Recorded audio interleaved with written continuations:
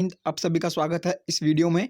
Indian air force, coast guard, navy, CDS, NDA या फिर SSC के और भी या अदर एग्जाम्स, यूपीएससी प्री सभी एग्जाम्स के लिए जीके की एक यह सीरीज आरंभ हुई है जिसमें हम डिटेल स्टडी जीके की करा रहे हैं। उसके बाद क्वेश्चन आंसर सेट लगा रहे हैं। तो देखिए, इस कल हमने एक वीडियो अपलोड की थी भारत की मिट्टी के 4 वीडियोज आएगी। हमने आपको बताया था कि पहली और दूसरी वीडियो में भारत की संपूर्ण मिट्टी की डिटेल स्टडी होगी और तीसरी और चौथे नंबर की वीडियो में क्वेश्चन आंसर सेट होंगे। उसके बाद आप नेवी, कोस्ट गार्ड, एयरफोर्स और एसएससी का या अदर कोई भी एग्जाम हो उसमें भारत की मिट्टी से यदि कोई क्वेश्चन आता है तो एक भी क्वेश्चन आपका नहीं छूटेगा। ठीक है, तो पहला पार्ट आप देख लीजिएगा, ये सेकंड पार्ट है। पहले 4 मिट्टियों को हमने कर दिया था।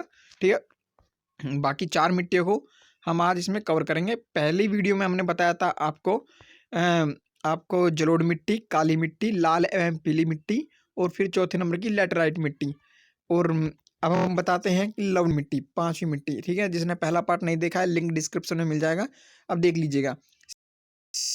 देखिए, एक भी आपका अंक नहीं आएगा। ठीक है, लवणीय मिट्टी की बात करते हैं। जब मिट्टी में नमक की मात्रा अधिक बढ़ जाती है तो वह मिट्टी लवणीय मिट्टी हो जाती है। जब नमक की मात्रा ज़्यादा बढ़ जाती है और नमक की मात्रा को कम करने के लिए हमें जिप्सम मिलाना पड़ता है। ठीक है, और नमक की मात्रा बढ़ती कैसा है कि खराब अपोहा तंत्र, ड्रेनेज सिस्टम और शुष्क जलवायु के कारण ये बढ़ती है। अपोहा तंत्र और शुष्क जलवायु के कारण इसमें जो है नमक की मात्रा बढ़ती है। लवणीय मिट्टी को ही रेहे मिट्टी, ऊसर, कल्लर मिट्टी के नाम से जाना जाता है। आपसे एग्जाम में इस प्रकार के क्वेश्चन बनेंगे कि रेहे मिट्टी के बारे में बताइए, तो आपको लवणीय मिट्टी के बारे में ही बताएं।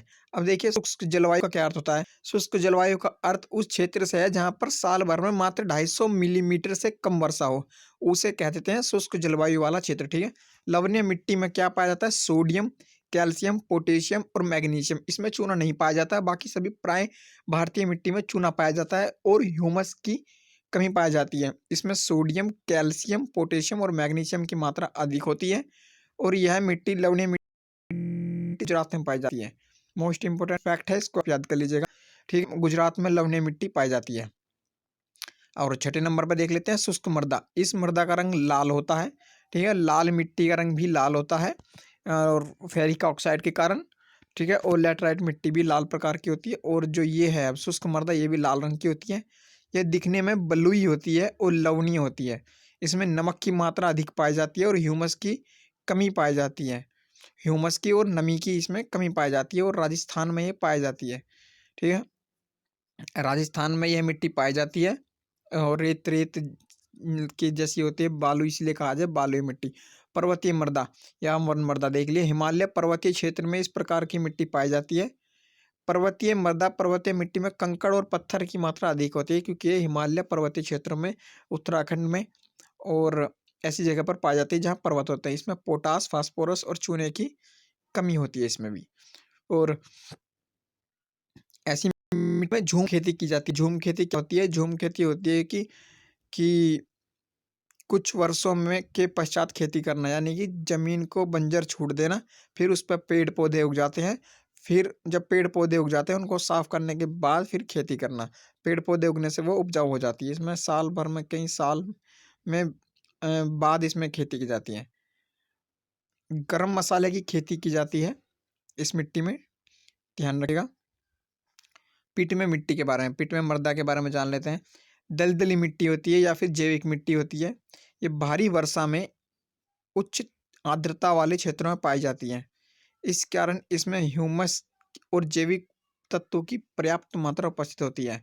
सिर्फ एक यही ऐसी मिट्टी है, पिटमे मिट्टी, जिसमें कि ह्यूमस की मात्रा पाई जाती है।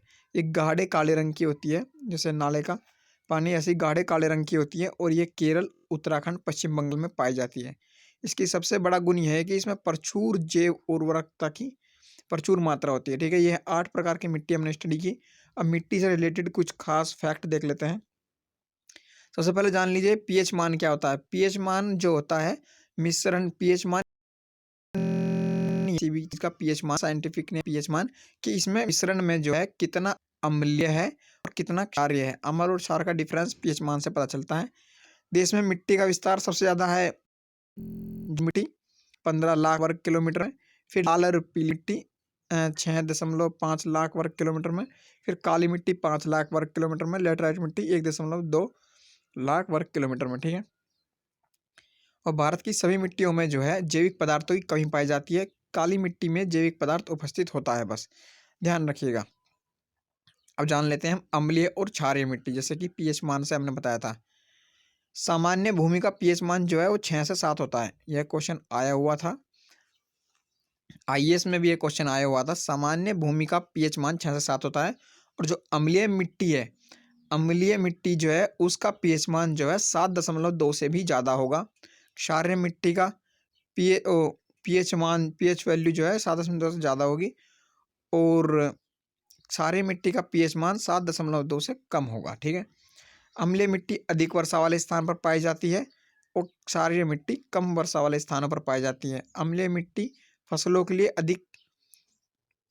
अधिक ठीक नहीं होती है, ठीक है, ध्यान रखिएगा। मिट्टी में अम्लीयता कम करने के लिए लाइम चूने का उपयोग किया जाता है और क्षारीयता कम करने के लिए जिप्सम का उपयोग किया जाता है। ये तो होगी कुछ फैक्ट अम्लीय और क्षारीय के। अब देखते हैं मृदा अपर्दन, जो मोस्ट इम्पोर्टेंट है। मृदा अपर्दन, मृदा जो है प्रमुख समस्याओं में से एक है।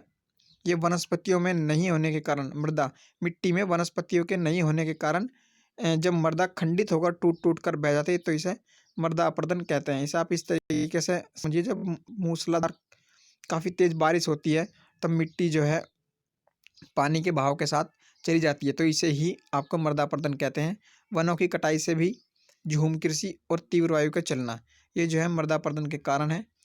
अवैज्ञानिक कृषि, अत्यंत सिंचाई एवं उर्वरकों का प्रयोग करके खुदाई, सड़क निर्माण, बांध, इससे भी जो है मृदा अपर्दन काफ़ी ज़्यादा हो रहा है। अब मृदा अपर्दन के प्रकार, मृदा अपर्दन जो है कितने प्रकार के होते हैं। पहला है असफाल अपर्दन,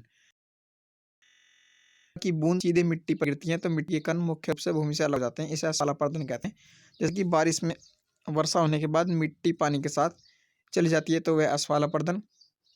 और परत अपर्दन देखिए, परत अपर्दन, जब मृदा के ऊपरी परत के अपर्दन को परत अपर्दन कहते हैं। समतल और मूसलाधार वर्षा के बाद मृदा का दिखना आसानी से दिखाई नहीं देता, ठीक है। जब बारिश पड़ती है उसके बाद जो है मिट्टी दिखाई नहीं देती, मिट्टी उसके साथ बह कर चले जाती है, इस प्रकार आप समझ सकते हैं। रील अपर्दन, रील अपर्दन ज़्यादा इंपॉर्टेंट है। रील अपर्दन जैसे कि ये नालियाँ बन जाती हैं जब वर्षा के पानी में जो है मिट्टी में ये ऐसी ऐसी नालियाँ सी बन जाती हैं, उनके बीच में से पानी आता रहता है, तो ये रील अपर्दन होता है। और जब जो ये नालियाँ जो है ढलानों पर काफ़ी ज़्यादा पानी का वेग हो और करीबन बड़े बड़े गड्ढे कर दिए जाते हैं, पानी के द्वारा हो जाते हैं 50 से 100 फीट के गहरे गड्ढे, तो यह कहलाता है आपका ये आपका रील अपर्दन कहलाता है।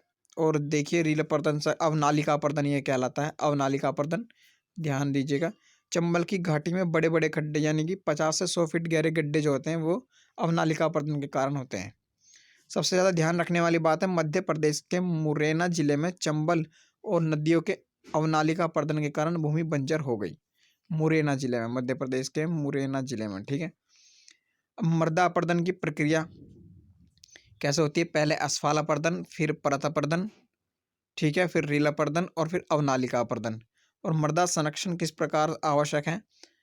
भारत में मृदा अपर्दन के कुछ उपायों द्वारा मृदा अपर्दन को कम किया जा सकता है। वृक्षारोपण करके, पेड़ लगाकर, बाढ़ को नियंत्रित करके, बाढ़ को रोकथाम करने के बाद पशुचारण को नियंत्रित करके, फसलों की अदला बदली करके उन्हें उगाने में, ठीक है, कभी आलू कभी गेहूँ, झूम खेती को नियंत्रित करके। अब एक और लास्ट इंपॉर्टेंट फैक्ट देखिए कि चना, मूंग, अरहर, सोयाबीन, मूंगफली, दलहनी फसलें नाइट्रोजन स्थिरीकरण में बहुत मदद करती है। नाइट्रोजन स्थिरीकरण में, ये नाइट्रोजन स्थिरीकरण क्या होता है। प्रकृति में कुछ ऐसे सूक्ष्म जीव पाए जाते हैं जो वातावरण से जो नाइट्रोजन ग्रहण करने के बाद जो पेड़ नाइट्रोजन पहुंचाते हैं। पेड़ पौधे की जड़ों में वे कुछ जीव होते हैं जो उन्हें नाइट्रोजन पहुंचाते रहते हैं। प्रकृति में 78% नाइट्रोजन, ऑक्सीजन 21%, वाटर वेपोर और कार्बन डाइऑक्साइड 0.37% है। तो भारत की मिट्टी का जो है कॉन्सेप्ट संपूर्ण हमने कंप्लीट कर लिए हैं कि 8 मिट्टी को जाना हमें, अम्लीय क्षारीय मिट्टी को जाना, मृदा अपर्दन को जाना, ठीक है। अब वीडियो को लाइक कर दीजिए, अगर आपको वीडियो अच्छी लगी हो तो चैनल को सब्सक्राइब भी कर लीजिएगा। 2 वीडियो डिटेल स्टडी पे हमने कंप्लीट की हुई है, ये हो चुकी हैं आज। 2 अब वीडियो आएंगी जो क्वेश्चन आंसर सेट होंगी। ठीक है, वीडियो अच्छी लगी हो तो लाइक करें। जय हिंद।